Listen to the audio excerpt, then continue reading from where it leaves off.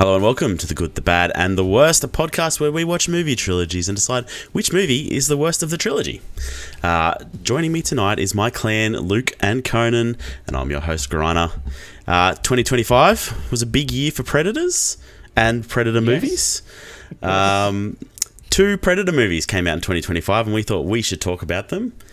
Of course, both of them being helmed by Dan Trachtenberg. Boys, how excited are you for Dan Trachtenberg to do more Predator movies? There's none on the horizon as far as I can see, but are you keen for him to keep going the way he's going, Conan?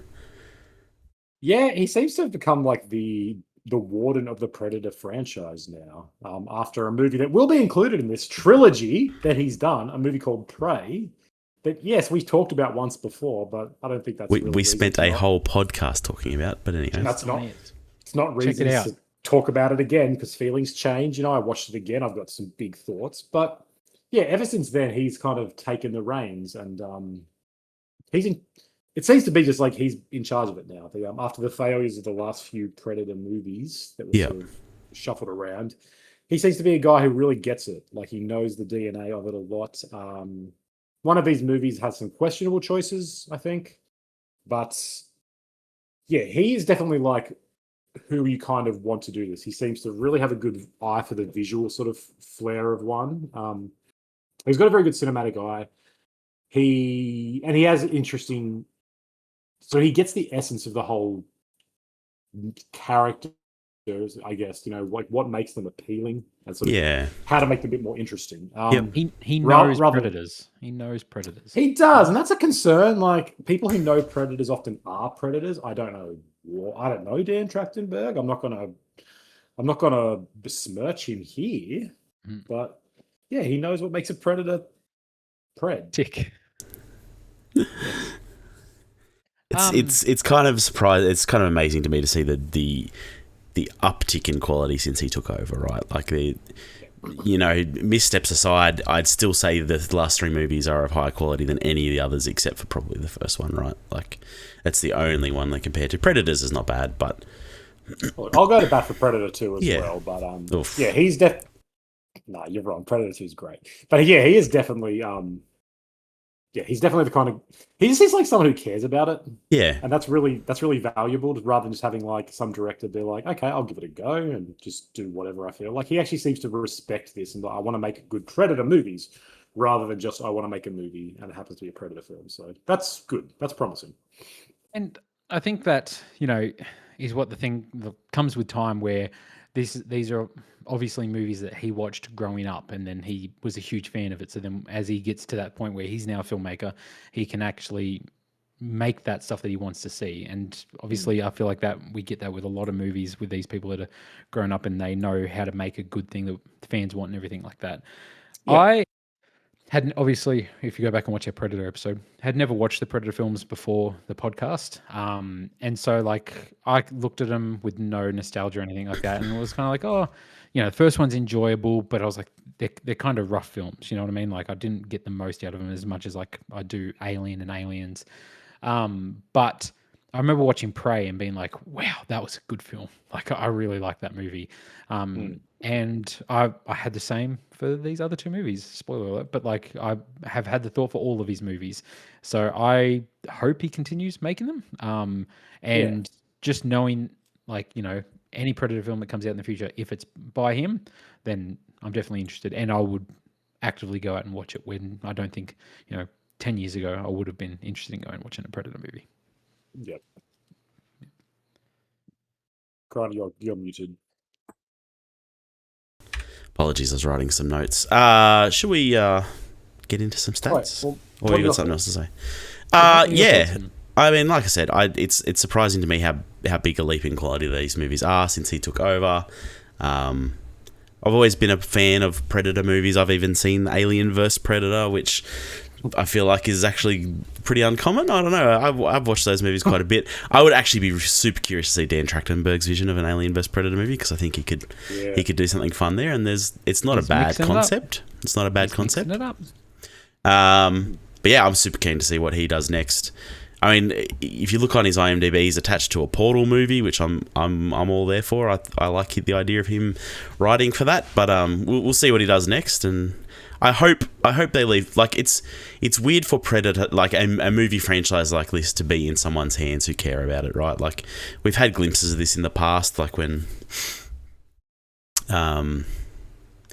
when Marvel was kind of giving auteurs their superhero right for a while, and they would carry it through. And yeah, Eternals is the classic example that I was thinking of. But I was thinking of James Gunn and Guardians of the Galaxy and stuff like this, where they could, there's kind of a director in charge. They've got the vision for the franchise. It's a rare thing, I guess, and I hope he gets to keep making these movies if he wants to. If he wants to do something else, I'm curious to see what else he does too. Yeah, it's the kind of difference between like giving them to somebody who seems to respect it or want it versus just like hiring someone in the pipeline, because it feels like traditionally it's just been a matter of directors for hire, or they put it out there and anyone takes it on, and we'll get just a random person giving something a go. And that's why I think a lot of like IP adaptations have a bad name, because you just get a random director who'll be given a shot because they worked at a studio and they know that there's a good relationship there. They have no connection or no care for the property. And that's why you get sort of so many, I think, middling sort of adaptations throughout the past 20, 30 years. It feels like recently there has been a big shift. And part of that, I think, is Marvel's to blame, because Marvel tried to shackle all those auteurs and give them sort of, free, give them the project, but then say, make sure you include 15 characters in these 6 action scenes we filmed 2 years ago. But like, I was thinking of Alien Romulus, right? And that's Fede Alvarez is definitely in the same vein as Trachtenberg, where he grew up watching Alien and Aliens and was just like, made those movies became his personality and his style and why he became a director. Yeah. And so to then sort of give him not carte blanche in terms of budget, but carte blanche in creative elements, say, you love this, please tell me, like, what is your vision for this? That is kind of a different approach to it. And Trachtenberg's definitely in that. Like, Prey clearly came out of a place of like, I have a great story. I want it fits in this universe. Like, it can work obviously without being a Predator movie. If you change the Predator to just another creature, it still functions really well. It's just better by being that, and it leans into all the strengths of the Predator franchise. And that's always that's a good sign when it's like, this is somebody, we're seeing it with weapons, and Zach Craig is making Resident Evil. It's like, he loves that. So he was given the option, and he's like, I really love this. I play these games. I have a huge respect for it. And so that's why, as we mentioned in our last episode, when we talked about weapons, that's a really optimal thing, because it's not just some random Paul W.S. Andom type person being given a franchise and being like, you want to make some movies? Do it. It's like, this is someone who cares. They will put more effort into it, actually probably make a better film than someone who's just a good soldier in the cinematic movie making machine. And that's the thing, like, I'm similar to the Alien thing with Fede Alvarez. Like, I'm now genuinely excited for both these franchises, more than I don't ever think I would be. And I think having Alvarez be Alien guy and Trachtenberg as the Predator guy, I don't know, I'm excited. Might get an Alien tattoo. I hear that all the rage. Yeah. All right, should we get into some stats? Stats. I'll give you Prey stats just for your sake, Conan. But Prey came out in 2022, had a budget of 65 million, was direct to streaming, so we have no box office numbers. Predator Killer of Killers had a $50 million budget, again direct to streaming, so we don't have any box office numbers. Predator Badlands, $105 million budget and made $184 million at the box office. In terms of critical reception, Prey had a Metacritic score of 71, Killer of Killers 78, and Badlands 71 again. Yeah, consistent. Very consistent. You don't miss. No. Conan, do you want to have a section to talk about Prey, or are you just going to sprinkle that in on us when we talk about the other ones? Sprinkle it in. I think you can sprinkle it in. It's going to be the ghost of this podcast that is always referred to as the better version of these movies. Or like, remember Prey, how great that was? We'll take over-unders until on how many times Conan goes, as what happens in Prey, and as shown earlier in the movie Prey. Every time Conan mentions Prey, take a drink. And if you end up in hospital, it's not our fault. Exactly. It's like a biblical text. It's like, as we learned in the Book of Prey, that Yeah. Trachtenberg does this. No, we did talk about it. We made a whole episode. I just watched that again last night. It's a really good film. Does it hold up? Was that your second watch? Second viewing. Yeah, definitely like the shock of having a great new Predator movie was gone. So there was a little bit more of, I was looking at it a bit more critically. And there's a few little things that like peeved me off a bit, like Amber Midthunder just has a blatantly normal American accent, whereas everyone else is talking at least in a somewhat Native American tinted accent. So that was a little bit jarring. But that's kind of, it's like nitpicks. Overall, it still really holds up. Like, still a really good film, really lean, really good visual storytelling, creative. I love the blend of mythology that they briefly touch on, where she sees the ship and thinks it's a Thunderbird. But Prey is just a great reboot, and it does that thing like we talked about then. I'll just mention it again. Just make a Predator movie every few years, and it's just Predator in X, like Predator in this area. That's basically what Killer of Killers is. Yeah, I was going to say, we're going to talk about Killer of Killers, and that's basically Killer of Killers. Yeah. I do wish Prey had come to the cinema. That would have been nice. Yeah. Biggest travesty is that it didn't get a cinematic release, because it's a very cinematic film. Like, incredible vistas, incredibly good color palette, really good, really well lit. Like, there's just so much in the dark, and then sort of like there's a great fight scene with the trappers where it's in like the smoky forest in the valley. Like, incredibly striking visually. One thing that I do want to really did bug me, they've completely scrapped the whole predators only hunt in hot temperatures thing that was established in the first Predator movie, if you remember, where they specifically mention how in the hottest summers on record, this strange thing happens where we see this bizarre monster that kills everybody. And Trachtenberg has completely sort of scrapped that for some reason. Don't know why, but I did notice that a lot in this, where is it a bad thing to scrap that? I mean, could you not say that was that Predator? Like, that Predator prefers to hunt in. I think we can assume in the first Predator movie that it's the one Predator that they're seeing over time. I don't know. Yeah. Like, I don't know. I guess what my point is, like, it's not a big deal. Again, it's like a bit of a nitpick. My big point is that it is an expansion on the lore that is both. And like, expanding on lore is both good but also really risky. Yes. We'll get to that. I was going to say, we'll get to that. Yeah. Yeah. So I'll just raise that. Let's continue that. All right, we'll go chronological order. Predator, Killer of Killers came out first in the last year. Three of the fiercest warriors in human history become prey to the ultimate killer of killers. So obviously this is an animated film that was released on Hulu or Disney Plus for us. Conan, I think you were the first one to watch this, and we're kind of blowing the trumpet for it, beating the horn. How do you tell us? Why do you love Killer of Killers so much? Why were you beating your horn so much about this? I'm jerking my horn because I like Predator movies. Like, Predator's really cool. Yeah, this came out late last year. And yeah, same deal. How close to Predator Badlands? According to IMDb, this came out in June, and then Badlands wasn't till like October or something. I honestly hadn't even heard of it, eh?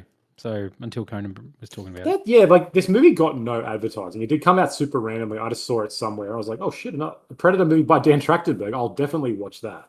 It was kind of bizarre how little it got. I'm assuming that somewhere in the deal he made, he got like a contract for 2 more movies, was working on them both. And they obviously thought, let's just put all the marketing and attention in the one that's getting a cinematic release, which makes sense. So this movie came and went very quietly, which is a shame, because it's really, really good. Like, animation gets disregarded, but animation as a genre allows you to do a lot more flashy stuff with, especially with a genre like this, like with a sci-fi sort of ultra gory genre. You can do a lot of interesting things. You can do some crazier kills. You can make the violence a little bit more artistic and a little bit more, dare I say, over the top, but also beautiful in a way. Whereas it's harder to do that, I think, in live Where action. if you saw that in live action, you'd be like, oh, that looks a little weird, or the body doesn't do that, or it becomes like too gruesome, right? Like, you can make it really gruesome in animation, but not, it's an animation. You can tone it down a bit. Whereas if you're trying to be realistic and do something where a guy's split into 7 parts, it can almost become too gruesome. Yeah, exactly right. There's kind of a barrier there that allows you to sort of accept something a little bit more extreme and not have too much of an issue with it. So Hmm. I think it's a really cool exercise doing this, like trying that in this and taking that concept that we said of predator in this place, predator in this place, predator in this place. Like, what is a predator in feudal Japan, in Viking uh, Scandinavia, It's and in one of the world, I guess World War II. Like, what Yes. would happen? And it's just that's a kick-ass idea, and it's. I think what's so good about this movie doesn't overstay its welcome. It's an hour and a half. It's not Mhm. like we don't need 2 hours to kind of rehash all that stuff because they would be sort of formulaic. He's just like, this Yeah. is a simple concept. What would happen in 30 minutes of this going on? And it's Yeah. really cool. Yeah, I couldn't help but think about how we had talked about, let's just let him make as many of these movies as he wants and set them in different time periods. And he's almost gone and because I don't know, I couldn't help but compare it to like the Assassin's Creed games where they're kind of set across time as well. And there was always this thought that, they're holding on to Japan because that's going to be the big one. So they'll wait until the games are less popular, then release the Japanese one.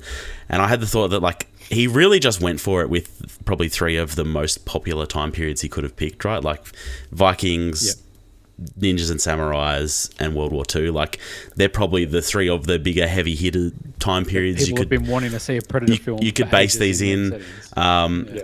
And then I had thought, would it have been better if we had gotten a full 90-minute movie of feudal Japan or whatever? But I don't know. There's something about this where you're right. Like it doesn't have a chance to become formulaic. It doesn't become some kind of weird monster of the week release that comes out every 3 years. Like it has a real pace to it. There's a real efficiency to the storytelling. And yeah, it's just damn cool. Especially because each one has sort of a very different approach. Like the feudal Japan story is kind of like a silent film. Yeah, there's so little dialogue in that movie, in that section. And that's like very expressionistic and really sort of interesting in that. And then the Viking one is really sort of frantic and chaotic, and like the killing in that is kind of insane with how like quick it's happening and just how crazy gore it is. Like that's again a different sort of styling of it. And then World War II is kind of that's kind of a lot more fun almost. It's just really interesting. It's a dogfight too, right? Like it's not, there's no hand-to-hand combat really in that one. And so I think that's a really cool way to like figure out how you would do it in a different way. It's like it feels like he is kind of exercising his muscles a bit to be like, what would that look like if rather than make a whole film and risk it? It's like let's try it here, see what it looks like. Oh, that's cool, that worked. Maybe it didn't work. Peeks into it. Yeah. And that's the thing. And if one of them doesn't work, it's like, well, that was 20 minutes of the movie. You know what I mean? Like it doesn't derail the whole thing. When you look at these 3, obviously, and they look at these 3 different like eras and all that sort of stuff, and 3 different types of combat, is there any you would remove, or what would you swap it out for? Me or Brian? Or both of you? We'll start with you, Conan, since you're the I'm the predator here. Predator guy. Or did you like this mix? You were like this is the 3 that this movie should be. No, I mean, I think you were both right in that like these are the 3 kind of periods that are perhaps the most overdone in this sense. Like feudal Japan is probably the most done badass fighting culture in the world. Everybody loves samurai. I personally I would probably go something South American. Like, I really love Aztec and Incan and Mayan history.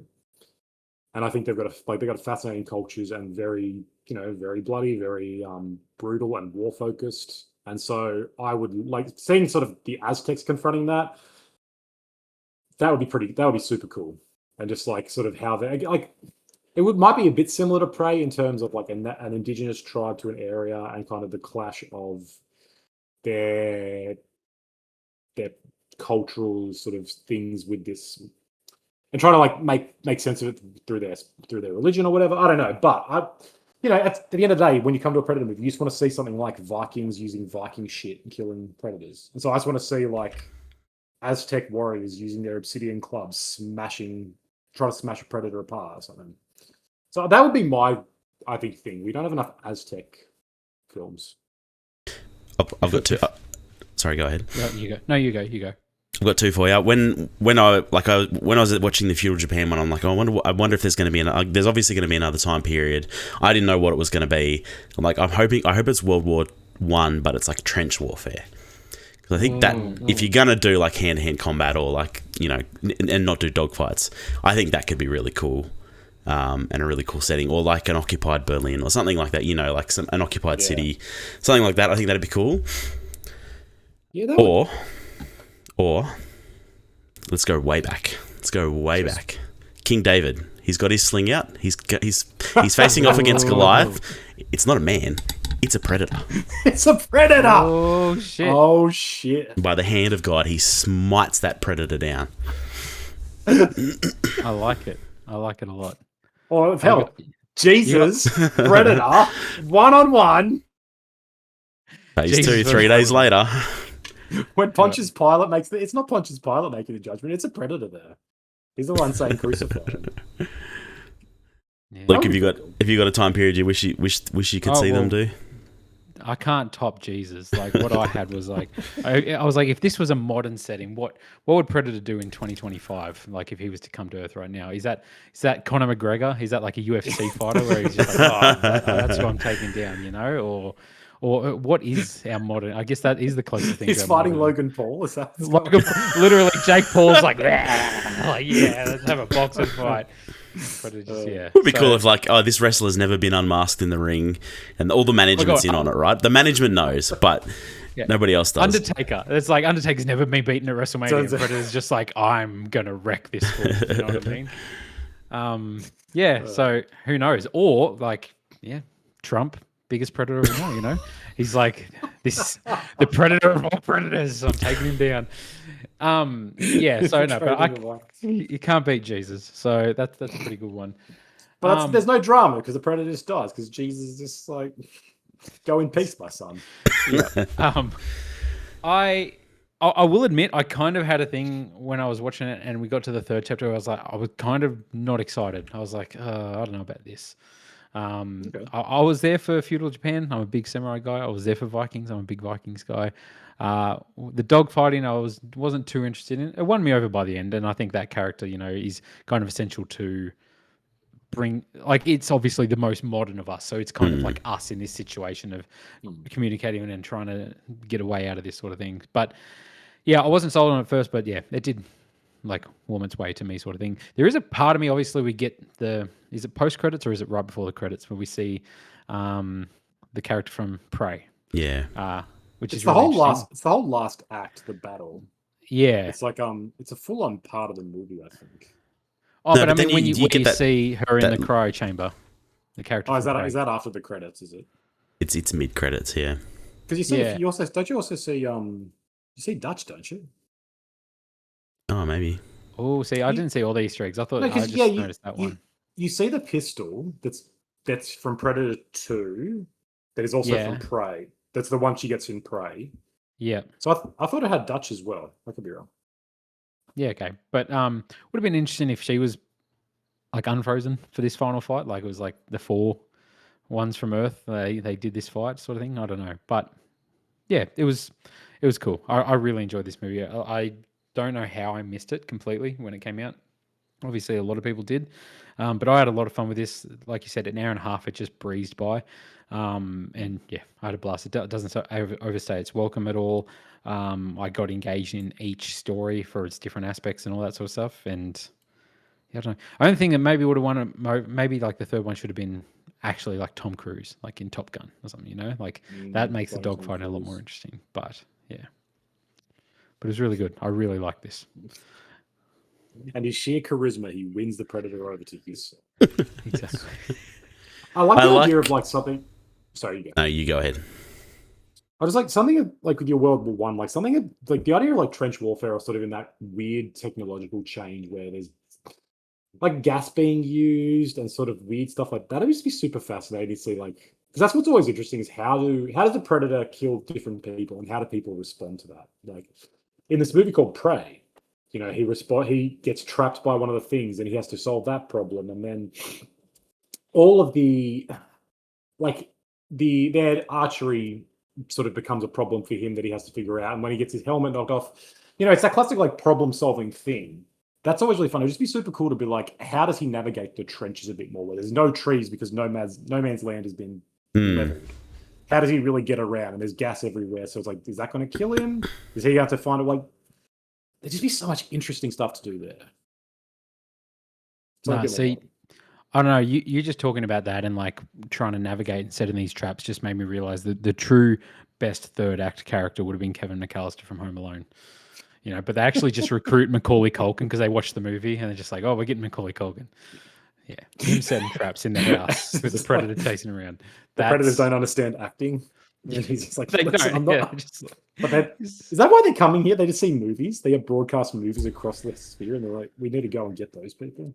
Yeah, these people are doing insane stuff. We need to find this Iron Man guy. He's crazy. Why? Yeah. Super. Yeah, I'm looking at the Wikipedia page here. So in the end of Killer of Killers, Ursa, who's the Viking, is placed back in suspended animation, but along with hundreds of humans and alien captors who have killed predators, including Naru, Mike Harrigan, which is Danny Glover from the second one, and Major Alan Dutch Schaefer. So there's hundreds locked away in this cryo chamber. Yeah. Do you think this takes away from predators? They seem pretty easily killed for these like ultimate beings that all these people are killing them.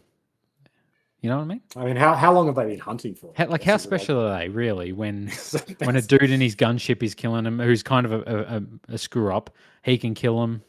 Samurai kills him. This Viking chick kills him. You're only seeing one side of the equation, right? Though, like how many people were killed by these predators? Yeah. True. That's right. Fair point. All right, World War II, and the whole Holocaust is committed by predators. Is that insensitive? Yes. In fact, I don't think you should have said it right now. All right, scrap that idea. Got us cancelled. Good one. Awesome. Look what you did, you little jerk. This is what this. I really enjoy like the glimpse into the predator lore that we get in this movie, right? Like it's not heavy-handed with it. It's not. No, the whole movie is not about it. You just get glimpses of it, particularly in the third act. That's how I want my predators delivered to me, right? Like, I want to pick up bits and pieces of their lore along the way, but I don't want the movie to be about them. You don't want to set on the predator world. No, I don't want to follow a predator as he hunts another alien, or something like that. I'm glad we never got a movie that did that. All right, I agree. Yeah. Do you agree? I do. Yes, yeah. I think this is a good balance. Yeah, it hints at it because it's on a different world, which we can assume is the predator world, but maybe not. There's some sort of hierarchy. There's a king. That's kind of it. All you need is this. It expands enough, but remains vague enough to just be sort of compelling. Yep. All right. Second movie that came out in 2025, Predator: Badlands. A young predator outcast from his clan finds an unlikely ally on his journey in search of the ultimate adversary. Luke, you love this movie, don't you? Yes. Grant, I want to go to your thoughts first, because I feel like me and Conan had a little back and forth in our end of year review. Obviously, you have freshly seen this. Yeah. And you are a Predator fan from back as well. So how did you feel about this movie? I mean, this movie has the most aliens in it too, of one of the more recent ones, right? Like Weyland-Yutani Corporation's a big part of this. Synthetics are a big part of this. Literally, part of it, yeah. It's kind of set in alien times. It feels like he is really hinting at an Alien vs Predator crossover, right? Maybe. Yep.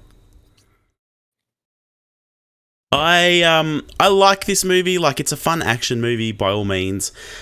I think it's a real hard sell, this movie. Like, to have the main character be a predator and even your secondary character to be kind of an annoying android. Like, I don't know, it's a weird choice in my opinion. And again, like I said, this is too much Predator lore. This is too in deep in what the Predators are up to for in my opinion. I don't want my Predator movies to follow the Predators. I want them to follow a human who's being hunted, or but I don't want it from the perspective of the Predators. Even as a once-off, because obviously we hadn't had a movie like this before, focusing so much on the Predator, where we've had a few of humans being hunted. Sure. No, and I do understand that, and I don't mind him, taking a chance on it. I don't think it's a terrible movie by any means, but I think it's got some outstanding action sequences for sure. But I think there's not enough for me to latch onto as a human being when I'm watching this ugly ass monster hunt other ugly ass monsters. Like, really I want there to be some mystery about my predators. I don't want to know about their clan structure and their infighting between their brother and. But surely definitely you can relate. humanizes him a lot. Oh, for sure. But that's part of the problem, right? Like, these aren't humans. These are warfaring, hunting beasts, and that's what I want them to be. So you're saying you can't relate to your father murdering your brother because he didn't kill you? I mean, it happened, and I still deal with it every day, but I can't relate to it. Is it too real for you? Maybe. Like, wow. Griner wasn't a bitch about it. He was just like, yeah, okay, Dad, good work. just got on with it. As we did back then. No, I mean, it's not. I don't know. It's not so much about relating to the characters, right? Like, it's a freaking action movie, right? Like, there's not huge, emotional depth here that they're trying to plumb that I need to look at in myself. But I don't find the main, what's his name, Drek or whatever his name is, that appealing. Deck. He's a bit of a dick. He is. You're right. There's definitely like a natural resistance there where he is. He's not a human character, and as an alien, like his whole race is about we have zero depth. We are just killers. That's all we do. So to relate to that is difficult, and they spend a lot of time trying to make you care about it. Like the whole movie it's a road film. It's a buddy cop two-hander. The whole point is to make you basically start to finally relate. There's that scene where he makes a joke and she calls him out on that. She's like, "Did you just make a joke?" And it's oh great, he's softening. That's yeah. I kind of agree though with you. Like, this is overall a good film. There's some great action. There is some cool visuals. Definitely doesn't look as visually compelling as Prey. I think it's a little bit more CGI heavy and feels a little bit that kind of detracts from it a lot. It feels more standard. It feels like you're more standard, almost Disney Marvel popcorn. It's like a Marvel movie with a Predator. Yeah, basically. And it kind of two things. Like, I think with Prey was so good because he understood what made a good Predator movie, and he understood why Predator was a good movie. And part of that was the mystery of the Predator. It's just this creature killing people, and we have no idea what to do, and eventually human ingenuity figures it out. In this one, he's more focused on what makes a Predator movie, and so he's trying to really delve into the lore. And I think, that kind of fundamentally misunderstands the appeal of the genre, which is like we aren't meant to know predators. We aren't meant to understand what their clicky language is and why their weird visuals have triangle symbols everywhere. It's just that's what it is. The whole point is meant to be it's a human story, and so to be like this predator's killing because his dad was a bit of a bully and his brother was a bit of a chump. It's kind of trauma. It's like generational trauma. It's trauma. And I think that's all kind of not really worthwhile. The biggest thing that just shits me off so much about this movie is so many of these problems get solved if it just does the thing of it is a predator being hunted by predators. And that's what the marketing was. Like, that's what I thought it was. It was he's an outcast predator, and so he's getting hunted by his clan. And then it's basically a Predator movie, but it's just two predators instead of humans. The predator's a human. Yeah, exactly. And so, human in there. Yeah. And so then we are forced to relate to him because we are like, how is this predator going to survive? Why do I care about a predator surviving? I'm uncovering empathy. That's an efficient way to do it. And that just makes so much more sense as like a genre, as this world. Like, he goes to a planet or he's running away because he's a little bitch. And then all these predators are after him. And that's kick-ass. And he's like, I've got to kill my dad. But for some reason, it's like, we are going to go to a planet and I'm going to kill this random CGI beast, and I've got to go through the ice planet, or the ice level, and then the forest level, and then the fire level, and then the abandoned. It feels really level. Yeah, and that I think is just, I do not get why he made that choice. It's the strangest direction, and I'm because now when the sequel comes out and it is him being hunted by his clan and his mum, you'll care about him as a human. You know what I mean? And you'll be like, oh no, Deck, run away, because you've had this film of getting to know him. I don't think we needed that though, right? Like, I don't think we needed a whole movie to instill that in us. No. So is this what should have been the anime film quietly released, and we should have got a Killer of Killers cinema release? Live action, maybe? even though we said what I don't see a the world where that next ever one happens, right? Like animations, no. Yeah. unless it's like Pixar or Disney, it's never going to get the first billing. No, but as in, should this have been the animated movie? Not And we just got a animate this live movie, I action reckon. kill. I think Killer of Killers is animated because it's Yeah. it's No, it it has works to be. for it, 100%. So okay, so I'll defend this movie. I Please. I feel like, look, I completely understand. This is, I feel like, the least Predator of the Predator films. I won't say it's like an amazing Predator movie. I think Prey is like the best Predator movie in that way. This I easily think is the most digestible Predator film. Like I was like, oh, my son could enjoy this film. Like I feel like this is a very much popcorn, fun action movie that I could watch on a Friday night. You know what I mean? Not being like grossed out by kills or anything like that. It's like, or worried that's too scary. I was like, no. This I feel like this could be a good introduction for, like, I don't know, my son. I think about.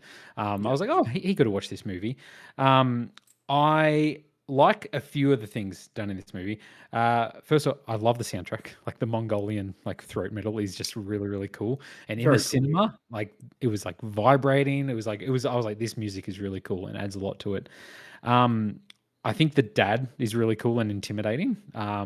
In the opening scene, as he approaches and you can just see like his hair like flapping and as he's breathing, I was just like, this is really cool and tense. And I do kind of wish we got more of that, like that fear of him being hunted by this person, instead of him just going back to his life and watching TV until his son comes back home, sort of thing. Yeah. I liked the buddy cop adventure of them two and all that sort of stuff. I enjoyed that. I enjoyed the humor in it. I love, and I had a text exchange with Conan the other day about this. I really like the final act of him using the planet stuff as weapons. Having the snake as like his shoulder cannon speeding is so fucking cool. I'm sorry. Like that, I was cheering. I was like sitting there. I was like, oh my God, this is cool. I love that he's gathered all these materials, and it is very video gamey. Like the friends he's made along the way, he's learned all these tricks and he's using that to become the ultimate. It's literally, he's learned a skill from passing a level. Yeah, and he's picked it up, and he needs all the skills to beat the final boss that beat him in the first level. That's right. Like it's very video gamey, but I love video games, so I'm like, oh no, this is cool. I'm not going to recommend this for Oscars, but I was like, I had fun watching this movie, and I wasn't expecting much. I was like, oh no, I don't know much about this movie, so to have fun watching it, I really liked that aspect. I will say, I started watching this the other day with my wife when it came out on streaming. She hadn't seen it yet, and almost instantly she was not about this movie whatsoever. And she made a comment about it. And when she said that, it kind of put a taint on it for me, where she was like, I feel like I'm watching like Star Wars. And as soon as she said that, it made me feel like, oh, I'm watching Mandalorian season 3 or something like that. And especially then when you have the cute little monkey character like doing comedy stuff, I was like, it's Grogu. I was like, no, I'm watching a Disney-fied Predator, and it kind of put a taint on everything for me after she said that. She ended up enjoying it. As it got more involved and all that, she enjoyed it a lot more than what she thought at the start. But yeah, I don't know. My second watch, if you pay close attention to my letterbox, which I'm sure you all do. I do. I genuinely do. I went back and I took a half a star down off my review because I was like, oh no, like it's not as good as what I came out of that cinema really hyped on this movie. I came out like, oh, that was a lot of fun. How much of your original hype was because you had to watch Running Man directly before or after it, and it was a comparison between those two? It was back to back, and yeah, I remember watching Running Man and being like, oh yeah, that was all right. And then this one, I was just like, oh, that just made my night. It made my night. It was a big recover from Running Man, I feel like. So, which I rewatched both of them this week as well. So I was like, I don't know what I'm doing, but yeah. So I enjoyed it for what it was. I'm not going to say it's a great Predator film. I enjoy some of the stuff they do, but am I super interested in seeing his story continue? No. I want to see what the mother looks like because, character designs, the dad looked really cool. I liked the aspect of him trying to get the cloak and like his father using the cloak in their little fight scene. Like I thought their fight was really cool. And it felt ominous. Like, he disappears and does this. That's how he beat his son as well in the first part of the movie. But yeah, I don't know. I had fun. Do you reckon that how much of this being like a Star Warsy PG-13 family-friendly adventure is I guess it is Disney who owns the rights to this. I don't know. How much of it is Yeah. like studio interference, do you reckon, versus Trachtenberg's vision? Because I really felt like this was him getting sort of shackled or strung up a little bit by studio interference. Prey was his one for him movie. Predator Badlands is his one for you movie for Disney, maybe. I don't know. Like, could be, yeah. I don't know. Grana, do you have any thoughts on that? No, I didn't I don't know. I wasn't feeling studio interference in it so much. I did see a lot of Letterboxd reviews referring to this as the best Mandalorian episode or something like that, which is pretty funny. Yeah. Like I totally see what you mean. And like, you know, there's not a bad little found family story there, but Yeah. I think that's it. Your mileage varies depending on what you want to get out of it. Like if you come into this looking for just a good sci-fi action time, like if you're more of the if you look at Predator and you're like, I love the action part where Arnie and then just shooting shit up, then you'll probably like this a little bit more. Or if you don't really have any care about the other Predator films and you just want a good time, you'll probably enjoy it because it is fun. It's a road movie. Like it is, they do a good job at all that stuff. And like Star Wars is, one of the biggest franchises in the world for a reason. Like that formula and that style and that flavor works. I think with me though, I came in like Predator is a horror franchise, sort of first or predominantly at least. It's very action horror, and the first one's got a lot of satirical elements, and the second one's a crime film, whatever.